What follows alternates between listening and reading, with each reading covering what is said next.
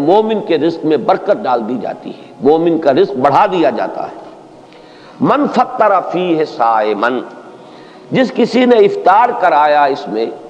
کسی روزے دار کو، کان لہ مغفرۃ لذنوبہ وعتق رقبتہ من النار، تو وہ اس کے لیے اس کے گناہوں کی مغفرت کا سبب بن جائے گا اور اس کی گردن کے آگ سے چھٹکارا پانے کا ذریعہ بن جائے گا، کسی روزے دار کا افطار کرانا۔ اب اس میں جو تفصیل آگے بھی آ رہی ہے اور اس وقت بھی جو بات ہو رہی ہے اس کو سمجھ لیجئے۔ ہمارے ہاں اس دور میں عام طور پر رزق کی فراوانی ہے، وہ جو فاقہ اور فقر کی جو کیفیات پچھلے زمانوں کے اندر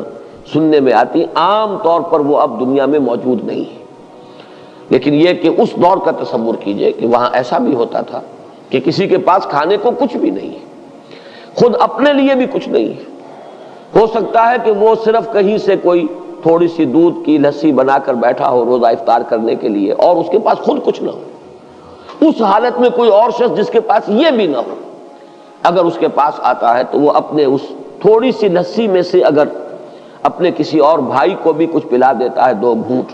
تو اس کا جو اجر و ثواب اس وقت اس پس منظر میں ہے اس کو ذہن میں رکھیے۔ باقی ہمارے ہاں جو بھی اس وقت ریل پیل ہے،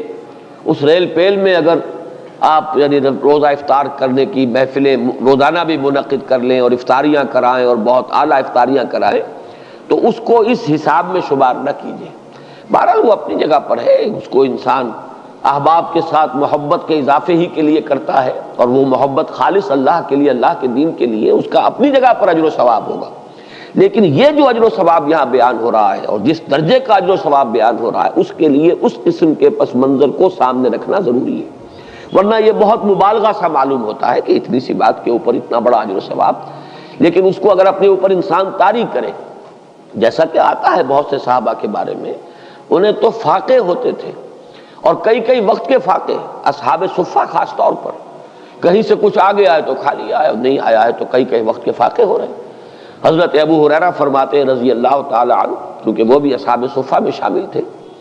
کہ ایسا بھی ہوتا تھا کہ کئی وقت کے مسلسل فاقے کی وجہ سے غشی طاری ہو جاتی تھی، لیکن لوگ یہ سمجھتے تھے کہ شاید انہیں مرگی کا دورہ پڑا ہے،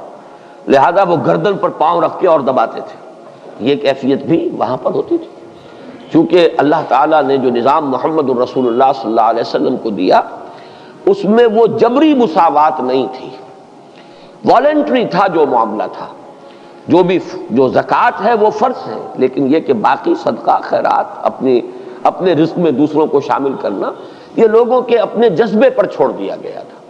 لہذا وہاں انصار کے ہاں عام طور پر یہ نہیں تھا کہ اسی قسم کے حالات پورے مدینے میں تھے۔ وہ واقعہ بھی آتا ہے کہ خود حضور صلی اللہ علیہ وسلم کو کئی وقت کا فاقہ تھا، لیکن ظاہر بات ہے کہ حضور کسی کے سامنے دست سوال دراز کرنے والے تو نہیں تھے۔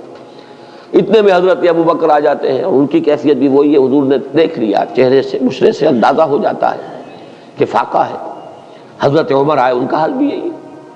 تو حضور پھر ان دونوں کی وجہ سے اٹھے، ان کو لے کر ایک انصاری کے باغ میں پہنچے۔ اب ان انصاری صحابی کی عید ہو گئی کہ حضور تشریف لائے، وہ دوڑے فوراً باغ میں سے کچھ انگوروں کے خوشے کچھ اور چیزیں لا کے فوراً رکھی اور پھر چھری ہاتھ میں لے کر دوڑے لپکے کہ کسی جانور کو ذبح کرے اور پھر یہ کہ ضیافت کا اہتمام کرے۔ تو حضور نے فرمایا دیکھنا کہ کسی دودھ دینے والے جانور کو ذبح نہ کرنا، کوئی اور نہ ہو اور بکری ہی ہو اور وہ دودھ دیتی ہو اور بچوں کے لیے وہ ایک ذریعہ بنتا ہو اور تم اس کو ذبح کر دو۔ بہرحال اس کے بعد انہوں نے، جیسا کہ آپ کو معلوم ہے کہ وہاں گوشت اس طرح تیار نہیں ہوتا تھا، وہ تو بس یہ کہ اس کو گوشت کو تیار کیا اور سیکا آگ کے اوپر اور گوشت تیار ہے کھانے کے لیے۔ تو وہ حضور نے بھی تناول فرمایا، حضرت ابو بکر نے، حضرت عمر نے، اور پھر حضور نے فرمایا روٹی کا تھوڑا سا ٹکڑا لے کر اس پر چند بوٹیاں رکھ کر کہ یہ عائشہ کو بھی دے آؤ، اسے بھی کئی وقت کا فاقہ ہے رضی اللہ تعالیٰ۔ ان حالات کو دیکھیے کہ اس میں یہ کیفیت ہے کہ ایک آدمی جبر کر رہا ہے، اس نے فرض کیجئے کہ اس سحری کے وقت بھی اسے کچھ نہیں ملا ہے، روزہ ایسے ہی رکھ لیا ہے، اب روزے کے افطار کے وقت اسے کوئی شے جو ہے میسر آ گئی ہے، اس کو لے کر وہ بیٹھا ہے کہ دیکھتا ہے کہ کوئی اور ساتھی، کوئی اور دوست، کوئی اور مسلمان بھائی ایسا بھی ہے جس کو یہ بھی میسر نہیں۔ اب اس میں سے وہ چند گھونٹوں میں سے چند گھونٹے پلا دینا، اگر ایک گلاس کسی کے پاس ہے تو اس میں سے 2 گھونٹ پلا دینا، واقعتاً اس کا اجر و ثواب جو ہے وہ وہی ہوگا جو حضور صلی اللہ علیہ وسلم بیان فرما رہے ہیں۔ تو فرمایا من فطر فیہ صائما کان لہ مغفرۃ لذنوبہ وعتق رقبتہ من النار وکان لہ مثل اجرہ من غیر ان ینتقص من اجرہ شیء، اور اس افطار کرانے والے کو بھی روزہ رکھنے والے کے برابر ثواب ملے گا، بغیر اس کے کہ اس روزہ رکھنے والے کے ثواب میں کوئی کمی ہو۔ اس کا اپنی جگہ پر اجر و ثواب رہے گا، لیکن جس نے افطار کرایا ہے اس کو اس کے برابر اجر مل جائے گا۔ قلنا یا رسول اللہ، ابھی حضرت سلمان فارسی فرما رہے ہیں کہ ہم نے عرض کیا ہے اللہ کے رسول صلی اللہ علیہ وسلم، لیس کلنا یجد ما یفطر بہ الصائم، حضور ہم میں سے ہر ایک کو تو یہ مقدرت حاصل نہیں ہے کہ جس سے وہ روزہ کسی روزے دار کا روزہ افطار کرا سکے۔ ہم پر تو خود جو ہے بہت فقر کا غلبہ ہے، ہم بہت احتیاج کی کیفیت ہے۔ لیس کلنا یجد ما یفطر بہ الصائم فقال رسول اللہ صلی اللہ علیہ وسلم، تو ارشاد فرمایا اللہ کے رسول صلی اللہ علیہ وسلم نے، یؤتی اللہ ھذا الثواب، اللہ تعالیٰ یہ ثواب عطا فرما دے گا اس شخص کو بھی، من فطر صائما علی مضغۃ لبن، جس نے کسی روزے دار کا روزہ افطار کرایا کسی لسی کے گھونٹ پر، اور شربۃ من ماء، یا پانی بھی کسی وقت اس قدر کمیاب ہو جاتا ہے کہ پانی ہی نہیں ہے، تو پانی میں سے بھی کسی کو حصے دار بنا لیا ہے، تو وہ اس کو ومن اشبع صائما سقاہ اللہ من حوض شربۃ لا یظمأ حتی یدخل الجنہ، اور جو شخص کسی روزے دار کو پیٹ بھر کر سیر ہو کر کھانا کھلائے گا، اس کو تو اللہ تعالیٰ میرے حوض سے، حوض کوثر سے پلائے گا، سیراب کرے گا، اور اس طرح سیراب کر دے گا کہ پھر جب تک وہ جنت میں داخل نہیں ہو جائے گا اسے پیاس کا احساس نہیں ہوگا، یعنی اس درجے سیری کا احساس ہو جائے گا کہ اللہ تعالیٰ جب تک کہ وہ جتنے مراحل ہیں یوم حشر کے اور اس کے مختلف مراحل اور مدارج، وہ آپ کو معلوم ہے یوم یجعل الولدان شیبا السماء منفطر بہ کان وعدہ مفعولا، وہ دن کے جس کے شدائد ایسے ہیں کہ بچوں کو بوڑھا کر دینے والا دن ہے، تو اس دن پھر پیاس نہیں لگے گی اس شخص کو جس کو اللہ تعالیٰ میرے حوض سے پلائے گا۔ تو فرمایا کہ جو کسی صائم کو پیٹ بھر کر کھانا کھلائے گا روزے دار کو، سقاہ اللہ من حوض شربۃ لا یظمأ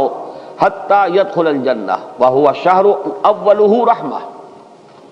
یہ جو مہینہ مبارک ہے اس کے 3 عشرے ہیں۔ پہلے عشرے کے بارے میں فرمایا وہ اللہ تعالیٰ کی رحمت کا مظہر ہے، وَأَوْسَطُهُ مَغْفِرَةٌ، اور اس کا درمیانی عشرہ جو ہے وہ گویا کہ اللہ تعالیٰ کی طرف سے مغفرت کا پروانہ لے کر آتا ہے، وَآخِرُهُ عِتْقٌ مِّنَ النَّارِ، اور اس کا آخری عشرہ وہ تو گویا کہ آگ سے مستقل چھٹکارا پا جانے کا پروانہ ہے۔ وَمَنْ خَفَّفَ عَن مَمْلُوكِهِ فِيهِ غفر اللہ لہ وَاعْتَقَہُ مِنَ النَّارِ، اور جو شخص اس ماہ مبارک میں اپنے کسی غلام کی مشقت میں کمی کرے گا، تخفیف کرے گا، تو اللہ تعالیٰ اس کی مغفرت فرمائے گا اور اسے جہنم کی آگ سے چھٹکارے کا پروانہ عطا فرما دے گا۔